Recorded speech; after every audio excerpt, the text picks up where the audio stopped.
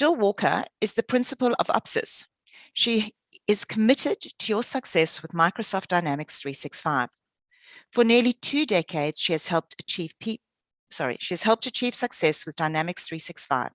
Her knowledge and experience are available to you through education, consulting, problem solving, training your team, and speaking at conferences and other events.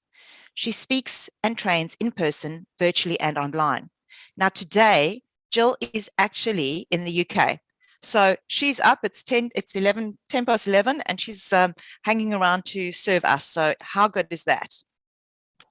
She is a Microsoft certified trainer and the president of the New South Wales chapter of Professional Speakers PSA, Australia. She has been a professional member of PSA for several years. She is Microsoft certified professional and holds the Microsoft Dynamics 365 Sales Functional Consultant Associate role at the Microsoft Dynamics 365 Customer Service Functional Consultant Associate. And I'm the one who hasn't slept, but I think Jill's the one who has all this wonderful skills and abilities behind her name. Microsoft Dynamics 365 Functional Consultant Associate and Microsoft Dynamics 365 Power Platform Solutions Architect Awards. How good is that? What a great speaker. I've passed 3 more while I've been over here. Oh, you've passed 3 more. Well, there you go. She is the classic learn and earn. The more you learn, the more you earn. So definitely the person you want to connect with. She is also a Click Dimension certified consultant. So, wow. So without further ado, I'd love you all to mute yourselves, please. And I am going to spotlight Gill so that you can all see her. And hand over to Gill. Thanks very much. Over to you, Gill. Great to have you. Thank you, JR. So what are we talking about today? The short answer is we are talking about 5 ways to increase your business profit with your CRM. So before I go into this in any amount of depth, what I would like to do is to ask you, what is profit? So either unmute yourself and chime in, or if that's too overwhelming for you, just drop something in the chat and I'm sure JR will flag the key points for us. But I'd love to hear voices. Chat's good, but real voices are far better. I've unmuted Kirsty, so she can't really even answer because she's our accountant in the group, but I think we've got a few. Anybody? Any hands up there? What do you see as profit? Wayne, go for it. Are you referring to net profit or gross profit? I want a definition of profit. So from my mind, profit is what's left after running the cost of business and sales. It's your gross profit less your expenses. That is a definition. Okay. Slight test for you. I would like a definition that doesn't involve or refer to money. Max, oh, okay. Anybody? Yeah, I would suggest in terms of a CRM, but is like the long-term value of a customer is how many times you'd be able to successfully work a relationship with a particular customer over a period of time, which keeps putting that number to your bottom line. Yeah, I was a totally valid definition. Do we have any more, and maybe some general definitions? So I was going to say customer retention is a great part of profitable business, but you also get profit in life as well. So Yeah, from what you've achieved, that gives you the profit in life. So if we look at the dictionary definition of profit, we get something that incorporates a lot of what you have said. And just looking at that a little more clearly, as you can see, there is a lot of financial comment. So the first definition in our dictionary is financial gain, especially the difference between the amount earned and the amount spent in buying, operating, or producing something. And the example of that is record pre-tax profits. Then we've got financial gain, gain returns, payback, dividend, interest, yield, surplus, and a whole heap of similar words. But actually, what profit means is advantage or benefit. So that was why I was pushing you to get those non-financial definitions, because without a shadow of a doubt, it has been shoehorned into the financial meaning of the word. But I want, for the purposes of this presentation, although as business people for sure, the money side is important, I want you to think bigger than just money and think overall about advantage and benefit. So there are 5 ways, 5 and only 5 ways that you can increase the profit of any business. And that might come as a surprise to you. So what I'm now going to do is go through and show you what those 5 ways are. So if you imagine for the start of this piece, you've got a business. We have got a business that's doing what it's doing. There are only 5 levers that we can pull if we want to increase the profit of that business. So the first of those is getting more leads into the business. Then we've got more conversions, more sales to those, bigger sales, and more profit from each of those sales. So they are the 5 levers that you can pull to boost profit in your business. And where I'm going to take you is how a proper or a successful CRM solution can help you with all 5 of these. And then I'm going to show you a little bit of mathematical wizardry. So just as a revision, the 5 ways that you can increase your profit are increase leads, increase conversion, increase the size of your sales, increase the frequency of those sales to an individual customer, and increase the profit on those sales.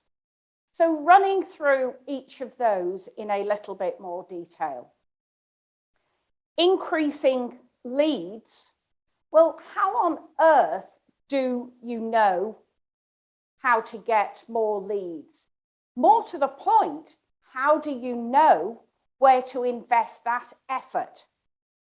The best way to get an answer to that question is to know where your current leads are coming from.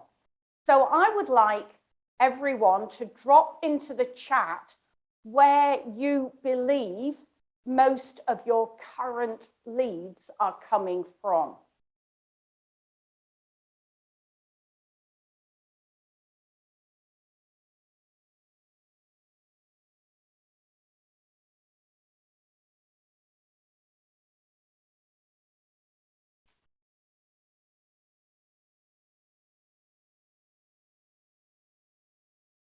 Muted myself some quiet. So I've got some existing clients, word of mouth, online channels.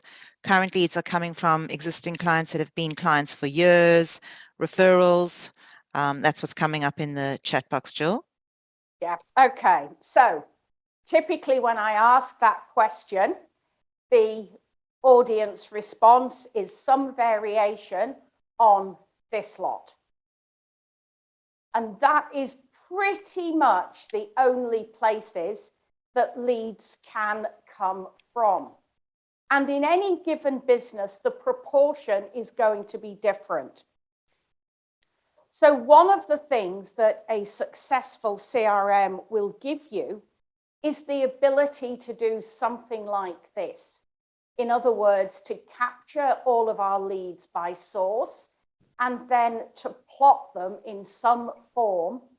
And we can see that based on the data that I've based this on, this business is getting the majority of its leads from its website, and it's getting a few from advertisements, employee referral, public relations.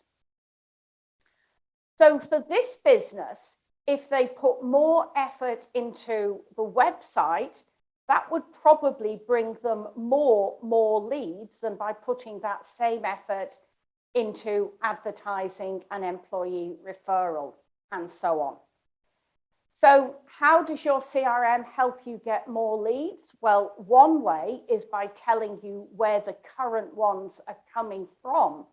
And it would be interesting for those people that are able to capture lead source to see when they look at the actual data, is it the same as the answer they gave when I just threw the question out?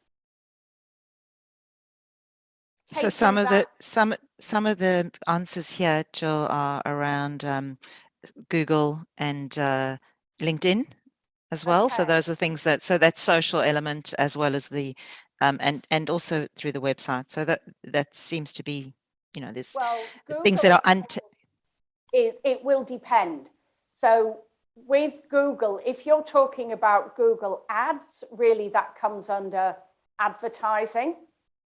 And other Google, if you're talking about organic search, you then need to question what are you doing that is enabling Google to find the information about you and present that to other people who are searching.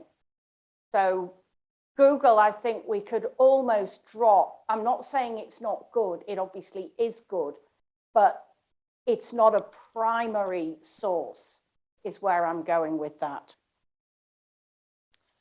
In Dynamics 365, what you're seeing on the screen here is an out-of-the-box standard view of all of the leads, a whole heap of other information about those leads, and from that, we've generated that pie chart that we looked at earlier.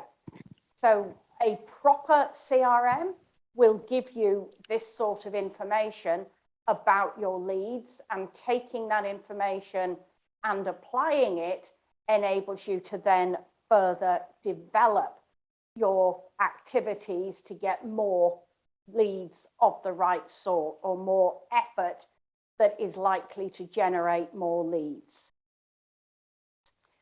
This slide again is taken purely straight out of Dynamics, and it is one of the standard dashboards that we get.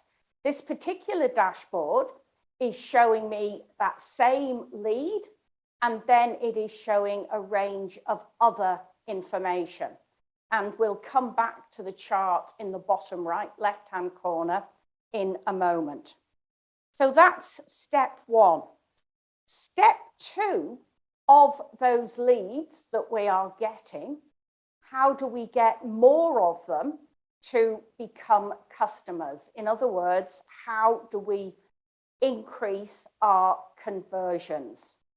And one of the key ways of achieving this is by following up. There are many ways that successful CRM will help you with follow-up. One of those ways is quite simply a reminder. Who haven't you spoken to for 2 months, for 3 months, and so on? Another way that CRM can help is by automating some of this follow-up. It is well known that if you make contact within 1 hour of a lead being on your website or downloading something or whatever they do to make themselves known to you, you are 7 times more likely to get results. If you leave it a day, that has dropped to a 60th of the quick follow-up. Another thing that a fully configured or properly configured CRM can do for you is allocate leads out to appropriate members of your team. And whether they're being allocated by product, by geography, possibly by language, there's lots and lots of ways that you, with CRM, you should be able to make this follow-up happen a lot more quickly by divvying them out, by automating, and so on. So CRM will help you with follow-up, and follow-up will help with conversions. So we've talked about the speed of sales follow-up, other benefits of follow-up, automating it, being able to give appropriate and comprehensive information to people, and doing that automatically and quickly. A way of doing that is having templates so that you can send a relatively long email with a few clicks. You're not having to scavenge around. Where's the information about that? Where's the last time I said that? All of this is just there and ready to happen. Easy communication, that's really easy for you, easy for your team members, and templates. A proper CRM also should give you a good qualification process. Once you start to understand the profile of a good lead, you can then work that into your qualification process, which means you get rid of the tire kickers and time wasters more readily. A good CRM also will give you a whole heap of analysis and reporting across the data. In fact, in many ways, thinking about what you want to get out of your CRM by way of analytics and reporting is more important than just putting the data in. Back to one of the standard charts and views in Dynamics 365. And this is the chart that I said we would come back to. What this one is showing us is which of the staff members in this particular team own how many of the leads. So we can see that that 4th person, for reasons that aren't clear at the moment, owns far more leads than the other people. The other thing, what these 2 colors are showing us is how many of these leads have actually been contacted versus are still waiting for that initial call. So imagine having this sort of information for all of your team members. How many leads are they finding? How many are they contacting? And then how many of those are becoming customers? I've alluded on several occasions to leads coming in to your system. Usually, just visiting your website doesn't directly benefit you as the business owner or seller or whatever. Because when somebody just comes onto your website, the best you are likely to know in most cases is number of visitors. You're not likely to get anything from them that enables you to follow up. So a good practice is to have one or several things on your website that people are able to download. And even though these items may well be free in terms of monetary value, or not the value, in terms of their monetary price, they are not totally free, because in order to download this, you have to give your name and email address.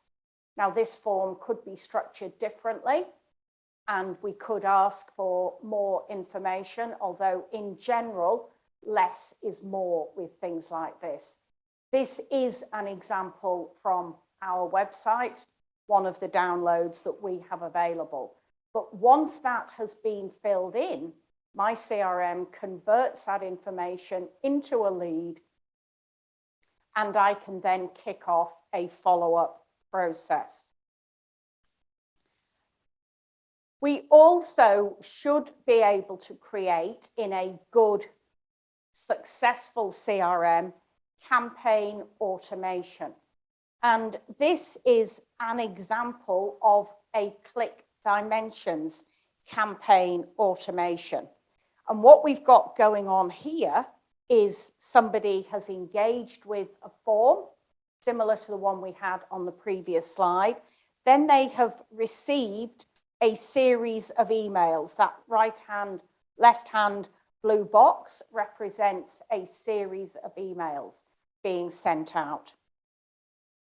If they engage with one of those emails, we then go down the green line and they get a further series of emails called the positive stream.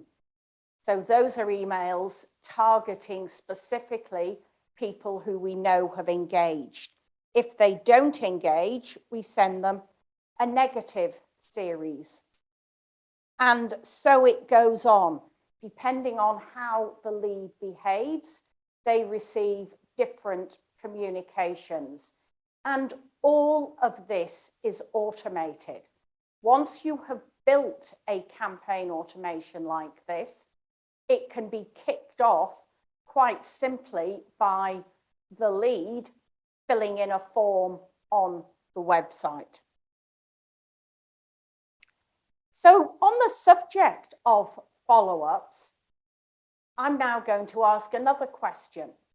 How many follow-ups does it take to get a sale?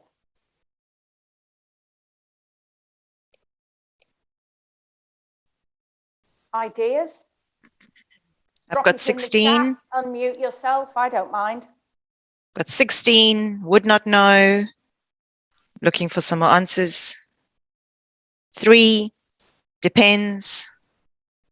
Where's Odile when we need her? We don't track. 7. So you've got a range there, Yeah, from 3 I think to we do 16. have a range. And To I give think you an all idea- of those answers sorry. are probably correct for certain businesses. The answer that I was really looking for is that it is more than most salespeople think, and probably more than most of you said. Currently, although I say currently, I first did this research about 2 years ago, so the numbers have probably gone up even more. But when I did this research, it was between 8 and 18 contacts with a lead to get a sale. It will often take a few follow-ups just to engage somebody in a conversation. And that's for the vast majority of businesses. You're not going to get anything until you have had that conversation. However, a little bit more information. So when we look at a graph, these numbers are how many people give up with a particular prospect. After 1 no, it's about 43%. After 2 no's, we're at about 65%. After 3 no's, we're running at about 80%. And 92% of sales people will give up with a particular lead or prospect after that prospect has said no 4 times. Only 8% of salespeople go on. However, marry that to another fact from the same paper, that 80% of prospects say no 4 times before they say yes. Remember, of course, no doesn't mean no. What no really means is not right now. So when you marry those 2 facts together, what that means is that 8% of salespeople are getting 80% of the sales, and 92% of salespeople are running around sharing the remaining 20% of sales. That is frightening.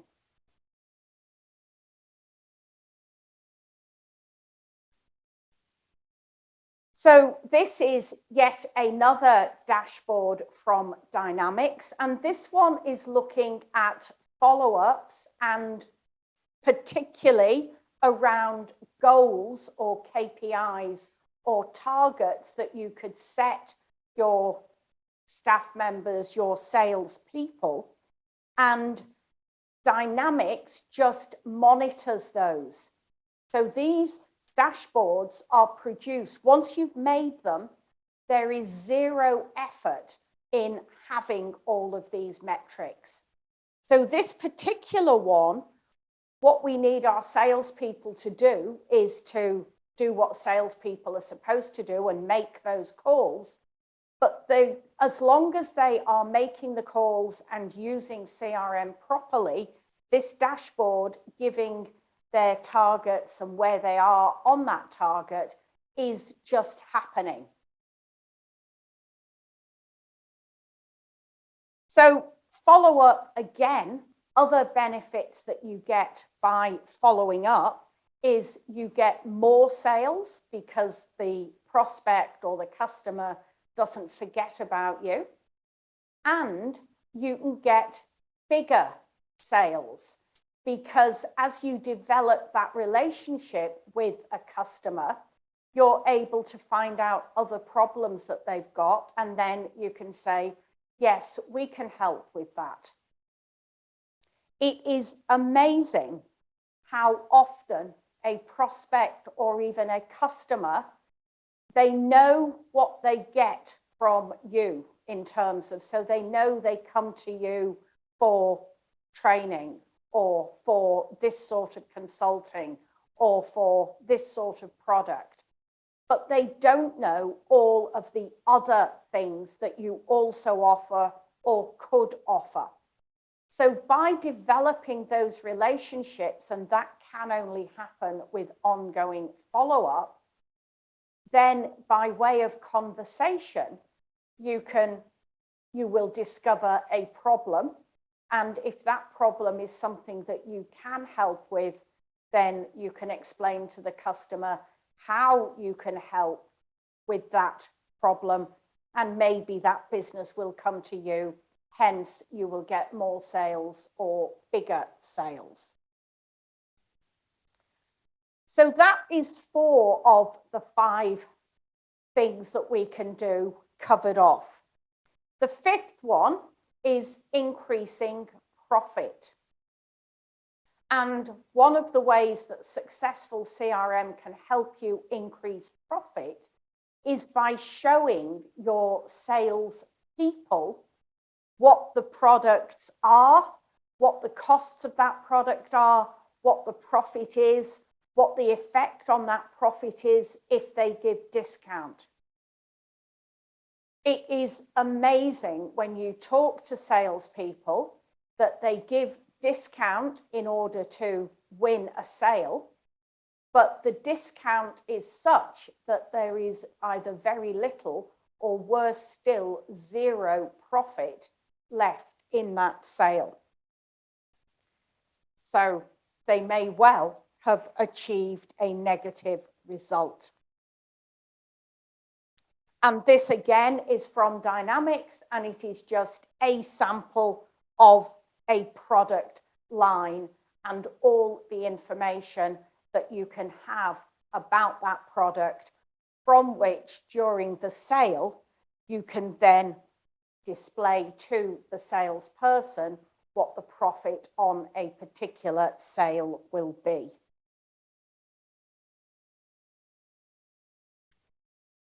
So there are the 5 ways. We haven't yet got to the mathematical wizardry that I promised you. So that's where I will go now. So how many of you feel that you could increase one or more of those 5 levers? What I would like you to do is, if you think you could improve all 5 by 10%, raise your hand. Excellent. 4 by 10%?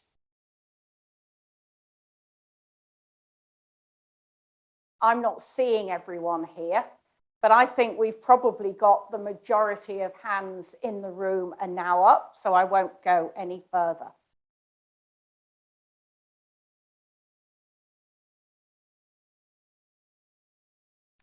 So, I promised you some mathematical wizardry. Who thinks they know the answer to the sum on that chalkboard? I only know that it has to be in perpetuity as opposed to 10 plus 10 plus 10, but don't ask me what the answer is. Okay. No, it's 10 as in, it's not really in perpetuity. It's if we were growth. to increase all 5 of those levers by 10%. That's what we're thinking about. So what is 10 plus 10 in the way that I'm meaning? A lot. Oh dear. I better get my calculator out. More than 50. It is more than 50, and the answer is 61. So for those of you that would like to see that, this is the proof. So this is an example. So if we increase leads by 10%, if we had 100, we've got 110. If we increase conversions by 30%, by 10%, we go from 30 to 33. So those 2 alone have taken our customers from 30 to 36.3. Increase the size of the purchase, increase the frequency, and there we've got the revenue per lead has gone from 60,000 to 87,000. Increase the profit by 10%, and we've gone from 18,000 to nearly 29,000. And the absolute mathematical proof is here. So that is how you get 61% increase by increasing all 5 of those levers by 10% each. You will actually do better by spreading your effort. And even if you can't manage 10%, increasing all 5 by 5% will give you a better result than increasing one of them by 10%. So if in your business, in your circumstances, the effort to increase 5 by 5% is equivalent to increasing 1 by 10%, you're probably better doing the spread effort than the focused effort. So they are the 5 ways, and by twiddling all of those levers, we can put our profit up by 61%. And just to finish off, I now want to look at what is CRM really. And there are probably as many definitions of CRM as there are people that you choose to ask about it. Many people are very unaware of the breadth of what true successful CRM is. So it is far, far more than just a list of names and addresses or names and emails and the last time we called them. So this is a definition of CRM that I came up with quite some time ago. So CRM helps the people who are helping your customers know what they need to know, when they need to know it, to get on better with your clients throughout the lifetime of the association between you and them. So it's a lot about information at the right time to the right people. It's also about automation. So your people don't need to do all the work. Some of the work just happens in background. So just to finish off,